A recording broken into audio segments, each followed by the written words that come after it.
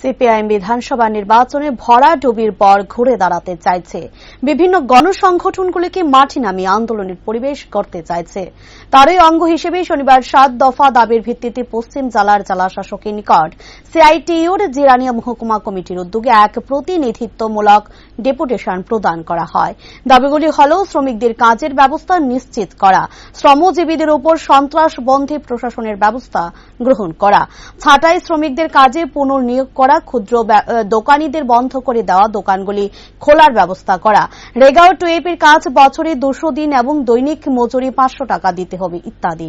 প্রতিনিধি দলে ছিলেন তপন দাস, সুভাষ দে ও অমিত দত্ত।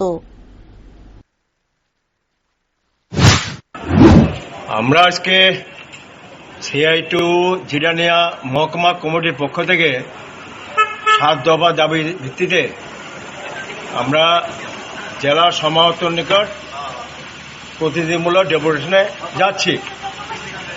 আমরা যে দাবিগুলি নিয়ে যাচ্ছি তার মধ্যে অন্যতম হচ্ছে যে শ্রমজীবী মানুষ তারা তীব্র আর্থিক সংকটে রয়েছেন, কাজ নেই, খাদ্যের সংকট, নানাভাবে তারা বঞ্চনার শিকার।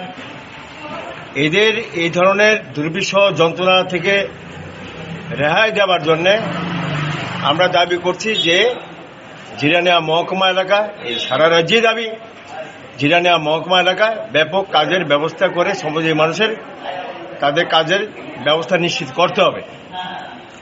দ্বিতীয় দাবি হচ্ছে যে 2023 সালে 2রা মার্চ বিধানসভা নির্বাচনের ফলাফল ঘোষণার পর গোটা রাজ্যের সাথে জিরানিয়া মহকুমা জুড়েও ব্যাপক সন্ত্রাসী জনিত কারণে শ্রমজীবীরা ব্যাপক আক্রমণের শিকার হয়।